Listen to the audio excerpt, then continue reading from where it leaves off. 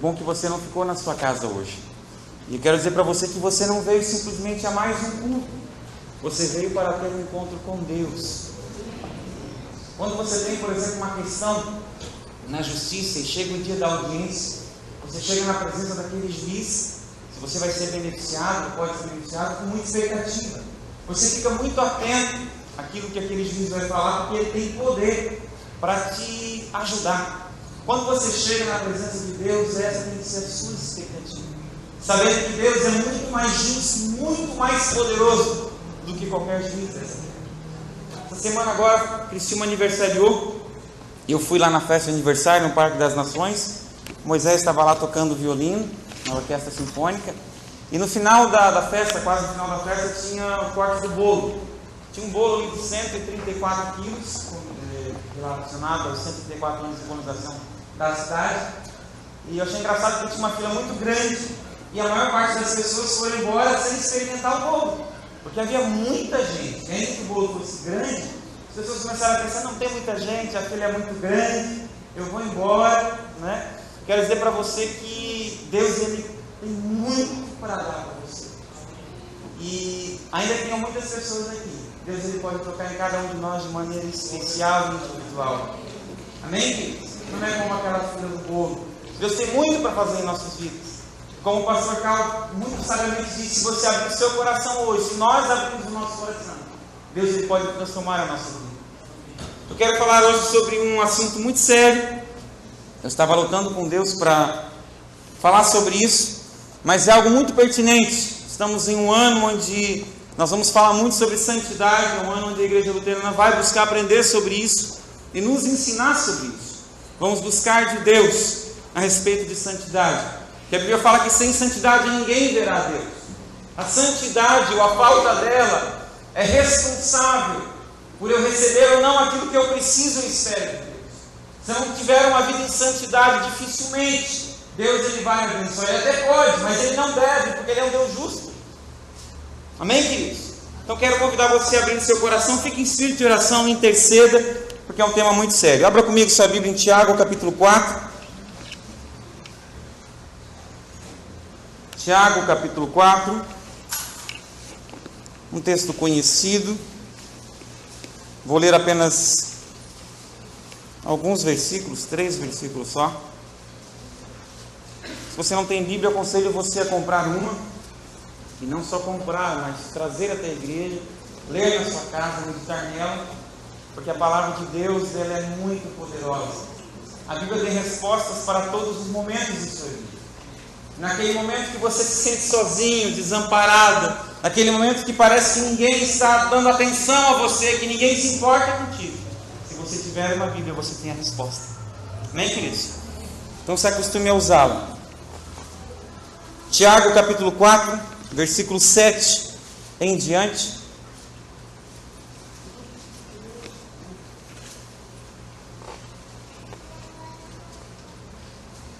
Diz assim a palavra do Senhor.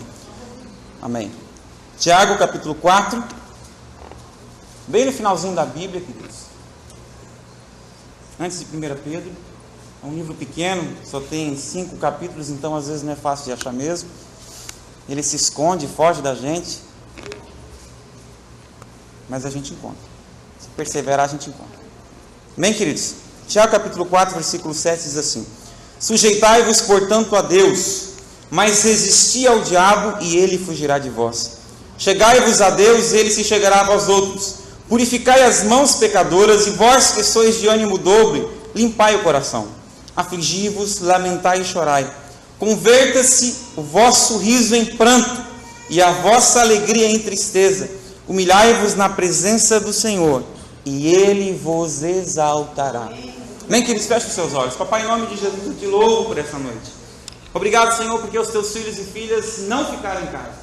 Obrigado, Senhor, porque eles saíram do seu lar, meu Pai, e vieram até a tua casa, não para ouvir um pastor ou para ouvir algumas músicas, mas para te adorar, para louvar o teu santo e bendito nome, e para ouvir a tua santa e bendita palavra, palavra poderosa, Senhor, que pode mudar as nossas vidas. Papai, o Senhor conhece o coração de cada homem, cada mulher, cada jovem que aqui está.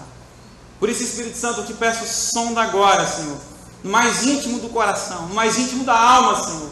Deus, talvez pessoas que chegaram aqui desanimadas, pessoas que talvez tenham pensado em tirar a sua própria vida, pessoas que estão, Senhor, no olho do furacão, no meio da tempestade, no meio do deserto. Mas o Senhor é poderoso para arrancá-las dessa situação e levá-las, meu Pai, ao mar calmo, levá-las, Senhor, a um lugar de descanso.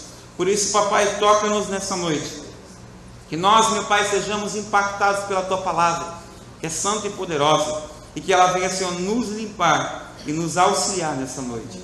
Papai, o Senhor me conhece e sabe que eu de mim mesmo não tenho nada a oferecer. Por isso eu me humilho diante de Ti, exalto Teu santo e poderoso nome. Te peço, toca no Senhor nessa noite. Todo aquele que entrou aqui desanimado, que saia, Senhor, jubilando, meu Pai. Toda aquela, Senhor, que entrou aqui, Senhor, entristecida, que saia alegre, tendo, Senhor, no seu coração uma firme convicção de vitória.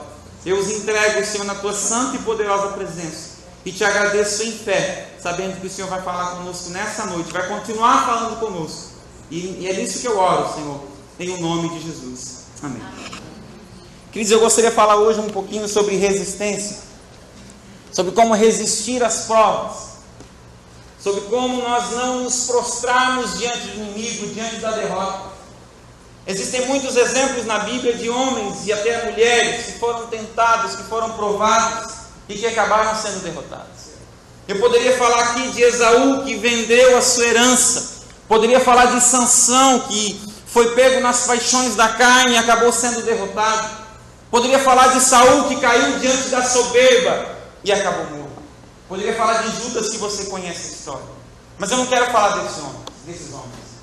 Eu quero meditar com você nessa noite em homens que foram tentados, que foram provados no seu íntimo, que foram colocados numa situação onde poderiam morrer, mas permaneceram fiéis, e por causa da sua fidelidade, foram prósperos e abençoados pelo Senhor. Eu aprendi que nós temos que nos espelhar nos grandes, nós temos que olhar para aquelas pessoas que venceram, e é com elas que nós temos que aprender. Esse texto, eu quero frisar principalmente o versículo 7, da Epístola Universal de Tiago. Ele diz: sujeitai-vos, portanto, a Deus, mas resisti ao diabo, e ele fugirá de vós. Queridos, na antiguidade as guerras não eram como as guerras na atualidade. Eu gosto muito de ler, e algumas semanas eu li um texto, uma notícia, que o gigante Google comprou um fabricante de robôs norte-americano, cujo um dos clientes é o exército norte-americano. E esse fabricante de robôs, eu vi algumas fotos e vídeos dos robôs que eles constroem. E teve um robô que me chamou muito a atenção. Tinha um robô que era no formato de cavalo, tinha 4 patas, era enorme, só não tinha cabeça. Era conduzido, guiado por GPS e carregava ali muita carga. E é um robô que é utilizado para carregar carga no exército norte-americano. Então esse robô, eles colocam ali muita carga e eles programam aquele robô e soltam em qualquer lugar do mundo. E aquele robô vai caminhando, carrega com energia solar e chega até o seu destino, para evitar que um soldado tenha que carregar aquela carga. Hoje eles usam os conhecidos drones, que são aviões não tripulados, aviões pequenos ou grandes que hoje já podem bombardear cidades. Não é necessário que tenha um piloto dentro desse avião. Hoje tem armas muito poderosas, mas na antiguidade não era assim. Na antiguidade as guerras eram determinadas pela resistência dos exércitos. Um exército poderia ser muito poderoso, mas se ele enfrentasse um inimigo ainda que menor, despreparado, mas mais resistente, mais motivado, mais perseverante, esse grande exército poderia ser derrotado. Nós temos um exemplo muito recente, na Guerra do Vietnã. O exército norte-americano estavam com as melhores armas da época, estavam com um grande número de soldados, enfrentaram um exército quase que despreparado, de camponeses, mas que estavam defendendo a sua terra. E os Estados Unidos da América foram humilhados nesta guerra.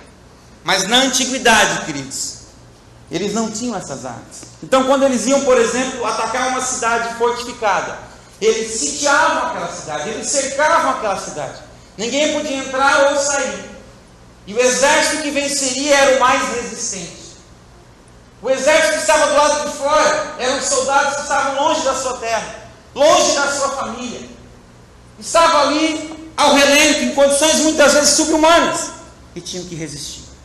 O exército estava dentro da cidade, estava aprisionado, sem poder buscar alimento, porque as plantações eram fora da cidade, a água ficava fora da cidade, então também teriam que ser resistentes.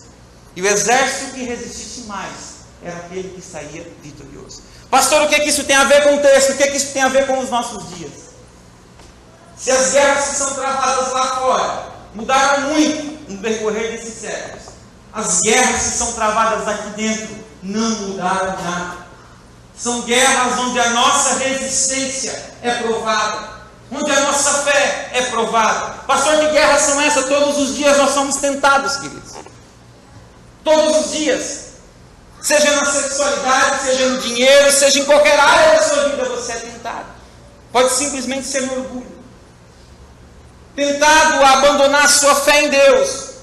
Quantas vezes nós já ouvimos pessoas falar: olha, eu não vou mais à igreja, eu não vou mais orar, porque eu só orando nada acontece. Olha, pastor, tem uma pessoa que trabalha comigo que faz tudo errado, mas tudo que ela faz dá certo, ela prospera, ela está vencendo na vida, e eu faço tudo certinho, e sempre que eu vou tentar fazer alguma coisa não dá certo. Parece que quando uma área da minha vida está dando certo, começa a ruir como um castelo de areia na beira-mar. Quantas vezes nós ouvimos pessoas falando isso?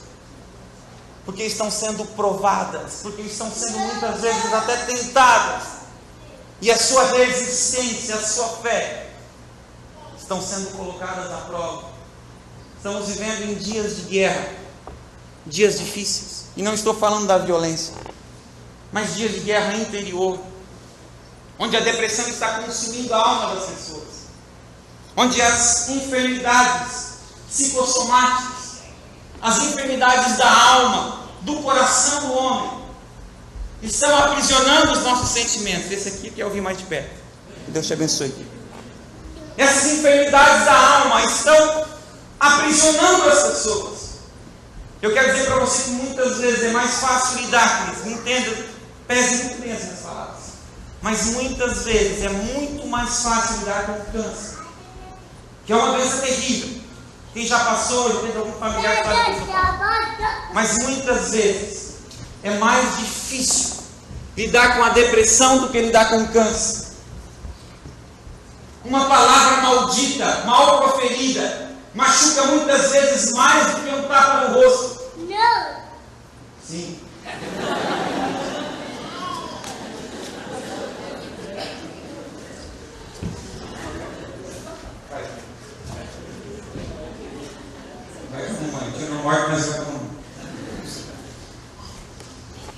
É muito mais difícil, queridos, lidar com os sentimentos do que lidar com a razão, do que lidar com o problema exterior. Pastor, o que eu faço então para vencer a depressão? O que eu faço então para ser provado e mesmo assim vencer? Aprenda com a Bíblia. Você não precisa abrir, mas Mateus capítulo 4 fala da tentação de Jesus. Você conhece muito bem esse texto.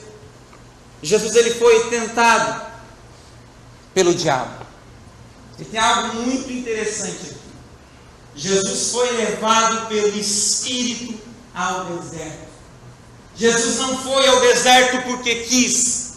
Não foi o diabo que levou Jesus para o deserto. Foi o Espírito, para que ele fosse provado. Eu já falei aqui uma vez que existem dois tipos de deserto.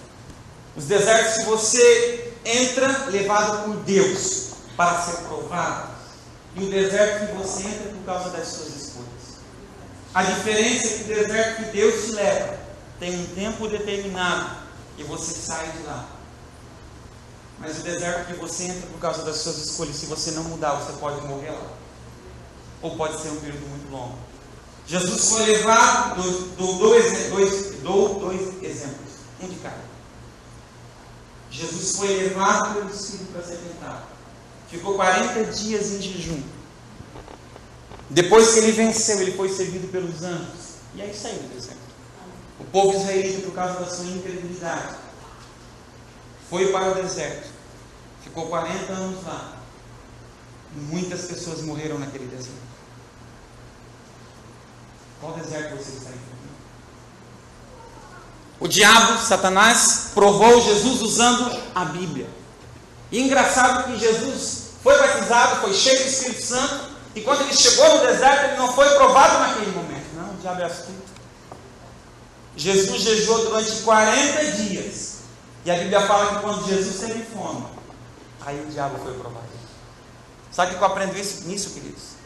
O diabo, o inimigo, não gosto de falar dele, mas eu preciso falar porque também. Ele vai te provar no momento da tua maior necessidade. Naquele momento que você precisa de dinheiro, ele vai colocar um dinheiro na sua frente. Naquele momento que talvez você esteja enfrentando uma crise no seu casamento, ele vai colocar um homem ou uma mulher muito bonita na sua frente. Ele prova no momento da sua desilusão, da sua necessidade. E algumas vezes até usando a Bíblia, como fez com Jesus. Mas Jesus venceu a provação. E por isso foi servido por anjos. Essa foi a recompensa da santidade dele, da perseverança dele. Posso falar de José?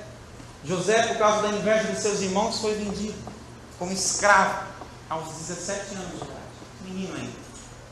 17 anos de idade hoje já sabe muito, mas naquela época, eu tenho 31 e na minha época, quando as crianças tinham 12, 13 anos, hoje nem se chamam mais crianças, nem adolescentes, mas com 12, 13 anos não sabia nada da vida.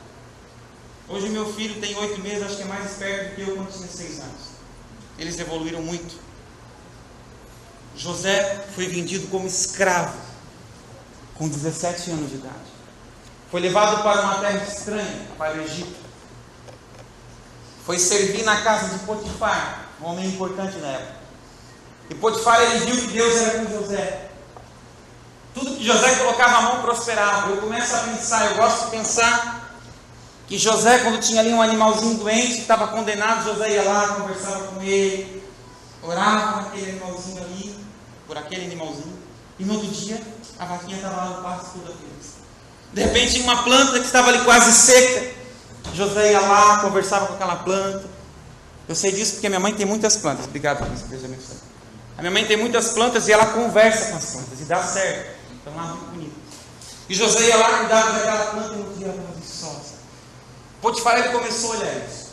E ele colocou José como um mordomo na sua casa. José, a Bíblia fala que Potifar não sabia nem da comida que ele comia. José coordenava tudo.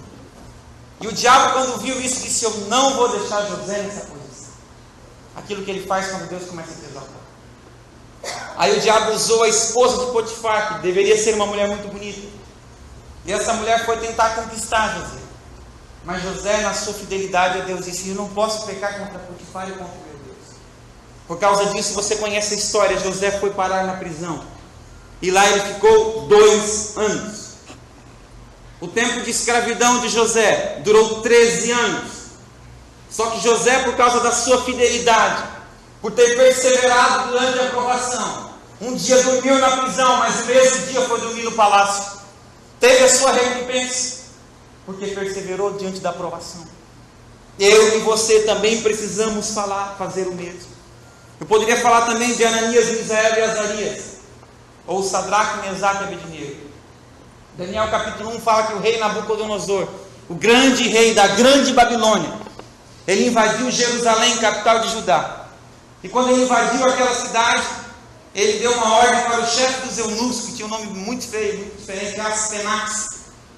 E ele disse: Aspenax, você vai trazer dessa cidade de Judá jovens que sejam bonitos, que tenham sabedoria, que tenham conhecimento na ciência, que aprendam fácil.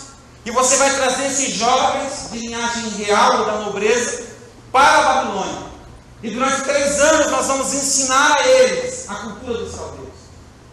Porque é isso, queridos. Por que Daniel e seus 3 amigos, Sadraque, Mesaque e Abednego, foram levados como escravos? Porque a Babilônia havia crescido muito. Faltavam governadores. Então, quando eles conquistavam uma cidade, eles escolhiam alguns jovens ali, levavam para aquela região e doutrinavam aqueles jovens. Ensinavam e depois colocavam eles como governadores. E a Bíblia fala que em Daniel capítulo 1, versículo 8, que Daniel, ele resolveu firmemente no seu coração não se contaminar com a comida do rei, não comer a mesa do rei, não beber o vinho do rei. Então ele chamou o chefe dos eunucos e disse: olha, eu e os meus amigos aqui, nós somos judeus, nós temos algumas restrições em relação à comida. eu também não quero participar dessas orgias, então a nossa alimentação, você por favor muda o cardápio. Você pode trazer só legumes e para beber só água, e nós vamos nos alimentar disso. O chefe dos eunucos disse: eu não posso fazer isso, porque o rei vai ver que vocês vão estar fraquinhos e ele vai tirar a minha vida. Daniel, então, instruído por Deus, com certeza teve uma ideia. Ele disse ao chefe dos eunucos: olha, durante 10 dias, você só me dá legumes para comer e água para beber. Depois você faz um teste. Se a gente tiver com a cara assim meio pálida, meio fraca, daí você faz o que você quiser. E a Bíblia fala que depois de 10 dias, Daniel e seus 3 amigos estavam mais fortes e com melhor aparência do que aqueles que comiam na mesa dele. Então, durante 3 anos, esses 4 jovens, enquanto estavam sendo treinados, se privaram de comer aquela comida. Isso para nós parece um pouco muito excessivo, distante da nossa cultura. O ano passado, eu encontrei um voo, um rabino, lá de São Paulo, e ele estava voando para Macapá para visitar uma fábrica de pão, biscoito, essas coisas.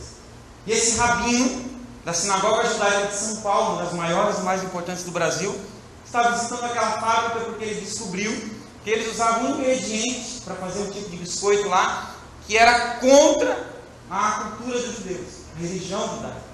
Então esse rabino, ele foi lá visitar, um senhor devia ter uns 80 anos de idade, caminhava com muita dificuldade, tinha um problema na perna, e ele chegou lá, ele ia lá nessa fábrica para dizer para o dono da fábrica: olha, ou você muda esse ingrediente, ou todos os judeus do estado de São Paulo não vão mais comer essa bolacha. Nós temos um livrinho lá onde nós anotamos o nome e a marca do produto, e ninguém come mais. Então, para nós, isso parece ser um pouco excessivo, mas é a religião deles. Daniel e seus 3 amigos, além disso, além de serem judeus, eles sabiam que se eles participassem daquelas orgias, eles teriam que concordar em tudo com o rei. E eles queriam se santificar, eles queriam ser diferentes. E durante 3 anos, eles comeram só legumes e beberam só água. E se você lê em Daniel capítulo 1, versículo, se eu não me engano, 16, você vai ver que depois de 3 anos, comendo só legumes e bebendo água, o rei, quando olhou para aqueles 4 jovens, não havia jovem mais sábio do que aqueles 4. Qualquer pergunta que o rei fazia, eles respondiam. E segundo a Bíblia, eles eram 10 vezes mais sábios do que todos os sábios daquela região. Deus deu, e a Bíblia fala que foi Deus que deu sabedoria e entendimento para esses 4 jovens, porque eles escolheram, diante da prova, permanecerem fiéis ao Senhor. Pastor, mas o que é você ser provado com comida?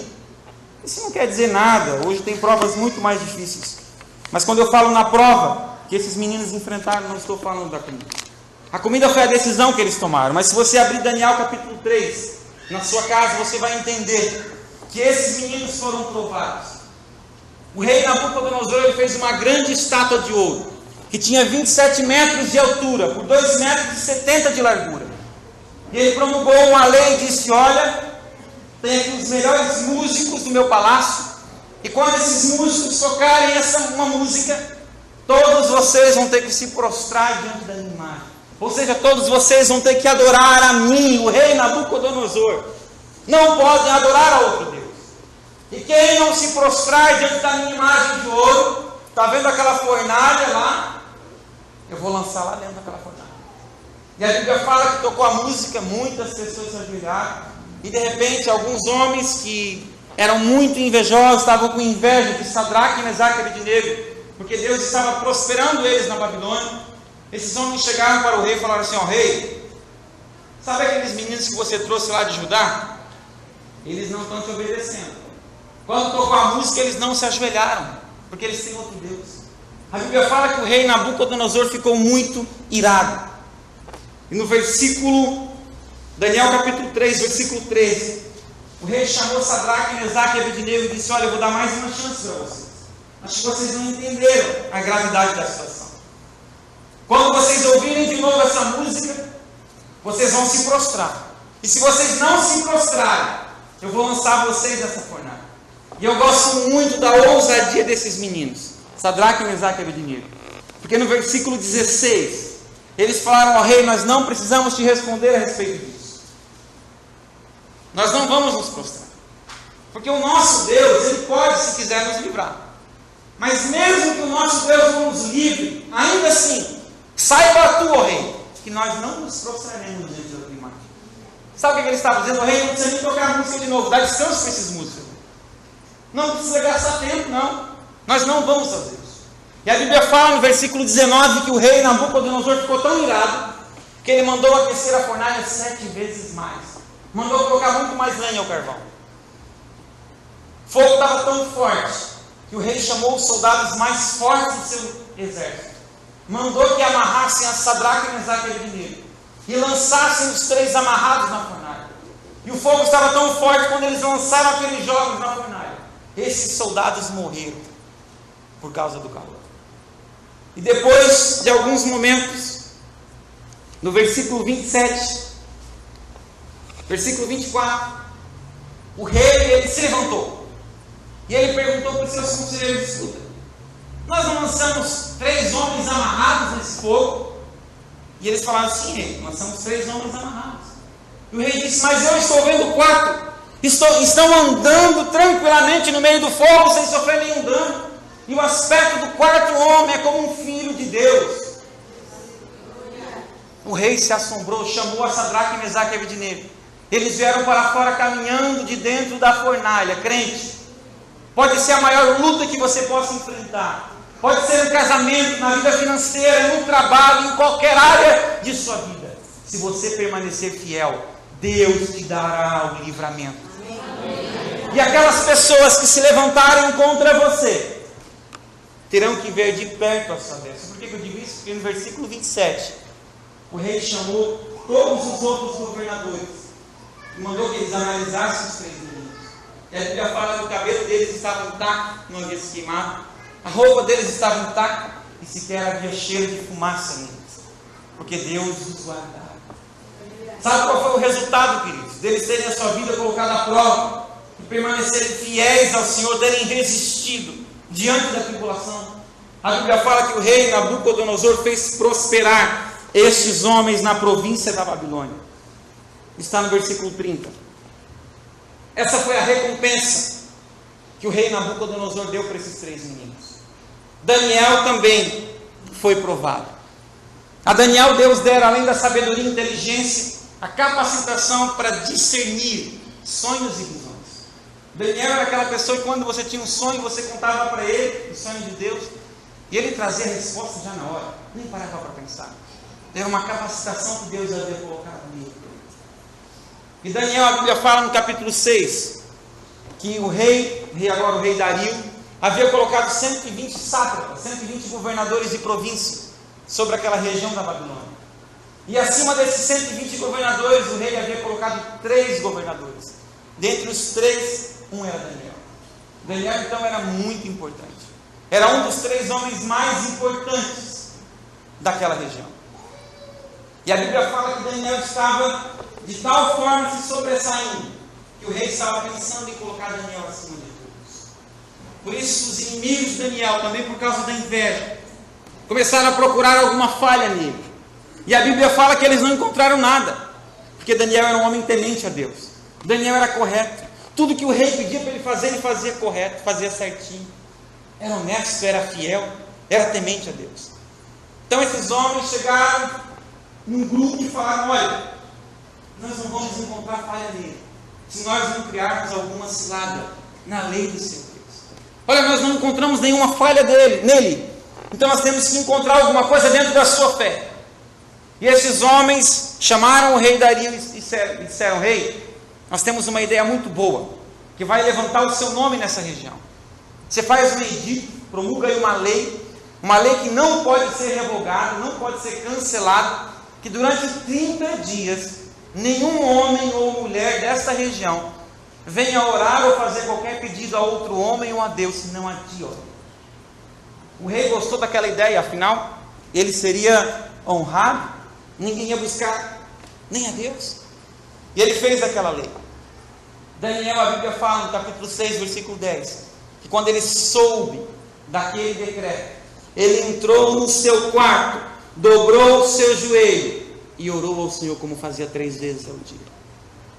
Sabe, naquele momento da prova, onde você recebe uma notícia ruim, onde você vai fazer um exame e é diagnosticado que você tem uma enfermidade, onde você está no seu trabalho e de repente você é demitido, onde você vai no seu banco e de repente você descobre que está no vermelho, quando você recebe uma notícia ruim, quando o seu casamento desaba, quando você passa por uma dificuldade muito grande, e o inimigo diz: olha, não adianta mais buscar, agora acabou.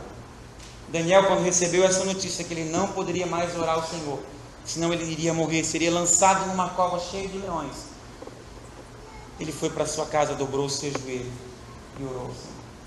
A Bíblia fala que esses homens encontraram Daniel orando. Eles apresentaram Daniel diante do rei e falaram: rei, olha, esse homem aqui, ele está te desrespeitando. O rei gostava muito de Daniel, porque Daniel era sábio, Daniel era inteligente, Daniel era útil. E o rei, a Bíblia fala, tentou salvar, tentou livrar Daniel, mas não conseguiu, era uma lei irrevogável. O rei Dario então chamou a Daniel e disse: olha, Daniel, quem sabe o Deus que você serve continuamente, ele possa te livrar. Lançou Daniel naquela cova de leões, foi colocado uma pedra, um selo real. E Daniel com certeza pensou: o rei está morto, morreu Daniel. O rei foi para casa, no versículo 18 fala que o rei não conseguiu comer, o rei não conseguiu beber e nem quis ouvir música. O rei gostava muito de Daniel. E quando amanheceu, o rei chegou naquela cova, não dava para ver porque tinha uma pedra. O rei entristecido falou: Daniel, você está bem? Será que o teu Deus ele pôde te salvar? Versículo 21 de Daniel capítulo 6. Eu começo a pensar, se fosse eu ou você naquele lugar, se fosse eu ou você injustiçado, o que nós falaríamos a este rei? Que havia lançado Daniel na cova, injustamente. Talvez nós nos vingaríamos, talvez nós gritaríamos com o rei. Daniel não fez isso, queridos. Quando Daniel ouviu a voz do rei, ele disse: ó rei, vive eternamente. Rei, que a sua vida seja longa. O meu Deus enviou o seu anjo, que tapou a boca dos leões, e eles não puderam me ferir, porque eu não cometi nenhum pecado diante de ti, ó rei, nem diante de Deus foi encontrado alguma falha em mim. Queridos, quando você é fiel ao Senhor, quando você persevera diante da prova, Deus ele faz até o seu inimigo jejuar. Os leões naquela noite não puderam comer nada, passaram a noite toda olhando para Daniel e não fizeram nada. A Bíblia fala, para que você saiba que não eram leões velhos, bem alimentados. A Bíblia fala que quando o rei tirou a Daniel, ele pegou aqueles inimigos de Daniel, com toda a sua família, é um texto difícil de entender, e ele lançou aquelas pessoas naquela cova. E a Bíblia fala que aqueles homens nem sequer tocaram o chão, foram atacados pelos leões, eram leões de verdade. Mas o nosso Deus enviou o seu anjo e tapou a boca daqueles leões. E qual foi a recompensa de Daniel?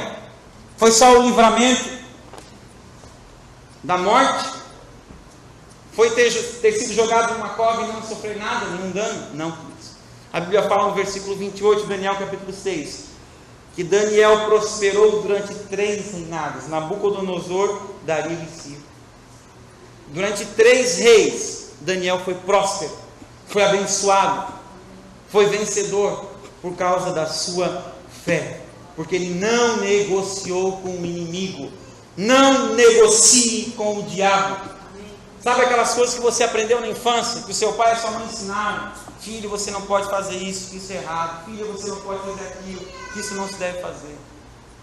Não esqueça esses ensinamentos. Claro, aqueles que são condizentes com a palavra de Deus.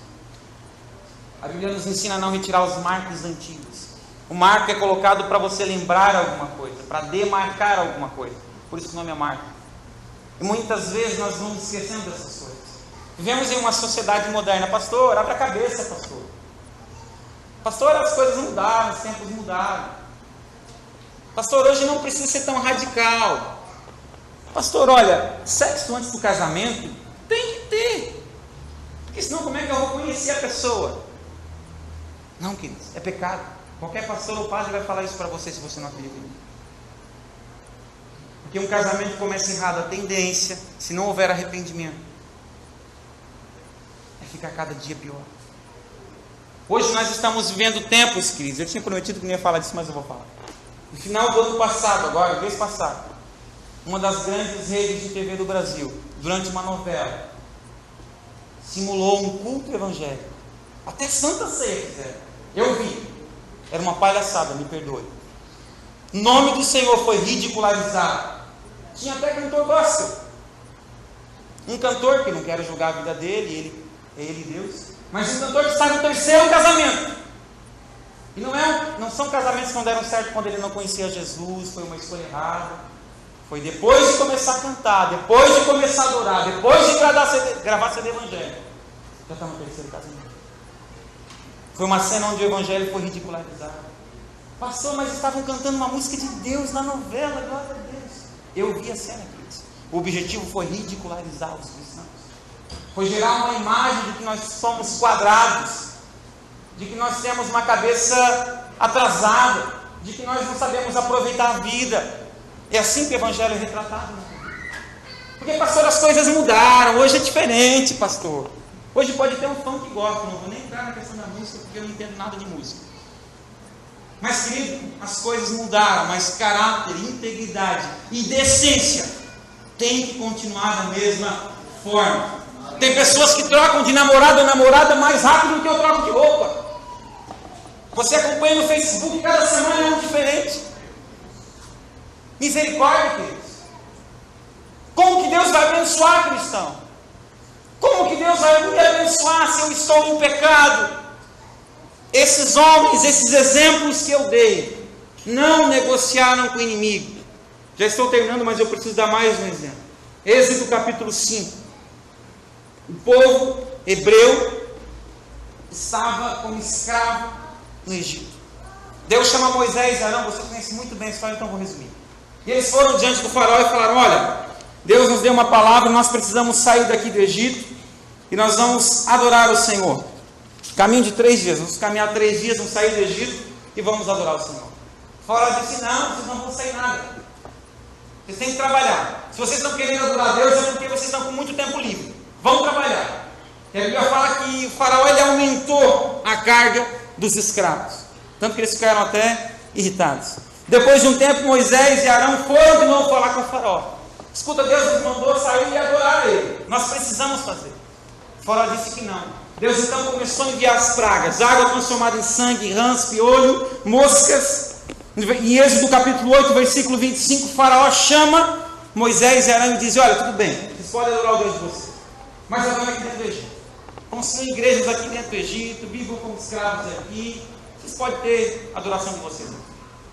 Moisés disse: não, nós não vamos adorar a Deus aqui, no meio dos egípcios. Os egípcios não vão gostar, vai ser abominável aos seus olhos, e Deus também não vai se agradar. O faraó mais uma vez não consentiu. Deus então permitiu mais pragas. Depois de um tempo, o faraó chamou a Moisés e Arão e disse: olha, tudo bem, vocês podem sair para adorar, mas não levem as crianças. Porque ele pensou: se eles levarem as crianças, eles podem fugir, vão acabar os escravos. Saiam para adorar, mas deixem as crianças aqui. Moisés não aceitou. Sabe o que significa isso? Simboliza isso? Pode ir à igreja, mas deixe os filhos em casa, eles não entendem nada. Vai à igreja, adore o Senhor, mas deixe os filhos em casa. Moisés não aceitou essa proposta. E Deus enviou mais pragas, veio agora trevas. O faraó então chamou Moisés e Arão e disse: olha, vocês podem ir, levem as crianças, mas deixem o seu rebanho, deixem as suas riquezas aqui. Pode ir à igreja, leve o seu filho à igreja, mas não leve Jesus para a sua vida financeira, não dê o dízimo, não leve Jesus para o seu trabalho. Moisés não aceitou. Deus continuou permitindo, mesmo diante do seu amor, mas o julgamento estava vindo sobre os egípcios. Deus ele permitiu que mais pragas viessem. E a Bíblia fala que no final da história, o faraó chamou aos hebreus e disse: olha, vocês podem sair, saiam do Egito, vão embora, levem as suas mulheres, levem as suas crianças, levem os seus rebanhos, e olha, para vocês irem mais rápido está aqui, ouro, prata, vestes especiais. A Bíblia fala que o povo hebreu saiu do Egito com a riqueza dos egípcios, porque perseveraram. Se eles desistissem na metade do caminho, na primeira proposta, eles sairiam de lá de mãos abanando, como se diz. Mas eles perseveraram. Tiago disse que nós temos que nos sujeitar a Deus. Sujeitar é se submeter, é colocar sobre, debaixo dele. Sujeitar-se a Deus é colocar todas as minhas vontades na presença dele. Falar: Deus, eu sou um tolo, eu sou uma tola, me perdoa. Eu sou. Deus, eu não sei fazer as coisas direito. Sempre que eu tento fazer, eu só faço burrada assim. Então, Deus, de hoje em diante a minha vida é tua. O Senhor que vai me ensinar como caminhar nessa terra. O Senhor que vai me iluminar. O Senhor que vai me dizer se eu tenho que entrar para a direita ou para a esquerda. Melhor do que um GPS, Cristo, porque o GPS pode acabar a bateria. Uma vez eu fui pregar na igreja de Tuporanga e eu tinha um GPS emprestado, o pastor Claudenir, e eu mexi naquele GPS. Me perdoe, mas maldita a hora que eu fui mexer naquele GPS. E tem uma opção ali que você coloca para ele te indicar o caminho por qualquer tipo de estrada. E eu fui em Itajaí, depois eu tinha que ir para Ituporanga, eu não conhecia o caminho. O pastor Cal conhece muito bem. E quando eu saí lá de Itajaí, que eu peguei lá a rodovia, ele mandou entrar em busca. E eu fui por uma estrada, queridos, durante 45 quilômetros, só estrada de chão, e cada vez a estrada ia se apertando mais. Quando eu cheguei em Cristina, eu tive que trocar 4 borrachas, não tem nada de carro, me perdoe, mas 4 buchas do amortecedor do meu carro, ali deu uma peça da roda ali, porque eu tinha acabado com o meu carro naquela estrada, porque eu mexi no GPS. Só que Deus não é como esse GPS. O Espírito Santo, Ele sabe de todas as coisas. Sujeitar-se a Deus é deixar a sua vontade nas mãos dele, porque a vontade sua vontade, pode ser boa e pode ser agradável, mas ela é imperfeita. A vontade de Deus é boa, ela é agradável e ela é perfeita. Deus tem as melhores escolhas para a sua vida. E a Bíblia fala em Tiago, o texto que eu li, que se nós nos sujeitarmos a Deus, deixarmos a nossa vida sob o controle dele, nós temos que resistir ao diabo, permanecer firme diante da prova. O Senhor, Ele vai nos abençoar. E no final do primeiro texto que eu li, fala que nós seremos exaltados, nós vamos ser levantados pelo Senhor. Deus vai fazer conosco o que fez como José, como eu disse, que dormiu numa prisão, que acordou numa prisão, mas foi dormir no palácio. Deus vai fazer como esses exemplos que eu dei. E sabe que esses exemplos não estão na Bíblia apenas para contar historinha. Não. Esses exemplos estão na Bíblia para que você olhe, medite e diga assim: olha, o que Deus fez com José, Ele pode fazer comigo. É isso que Deus quer fazer, queridos. Deus, Ele quer te abençoar muito nesse ano. A única coisa que eu e você precisamos fazer é resistir ao diabo, resistir à tentação, não nos dobrar ao pecado, não nos rendermos a uma vida de pecado. Pastor, olha, mas até aqui eu tenho feito escolhas erradas, eu não consigo abandonar essas coisas. Não é pela tua força, é pela força do Senhor. Eu quero te convidar a se colocar de pé nessa noite. Quero orar com você.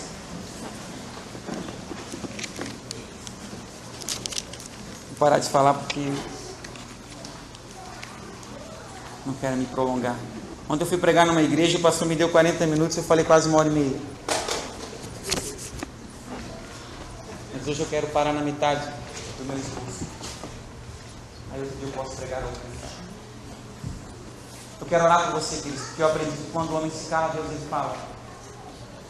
Eu quero orar para que Deus ele venha nos capacitar para que nós vençamos essas coisas, porque são coisas fáceis de falar, mas difíceis de viver.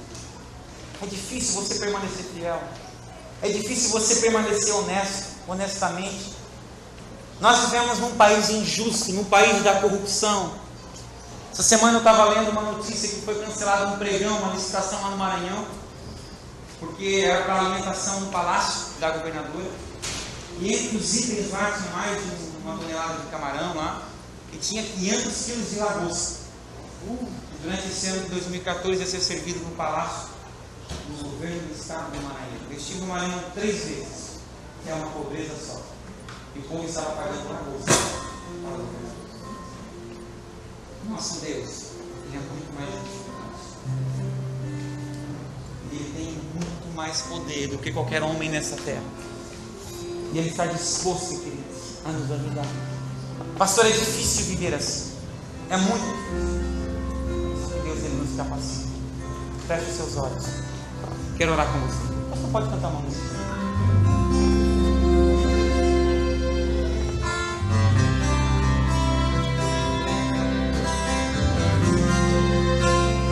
Pai, Tu és santo e poderoso, Senhor. Tu és digno, Senhor, toda adoração. Eres digno, Senhor, de todo louvor.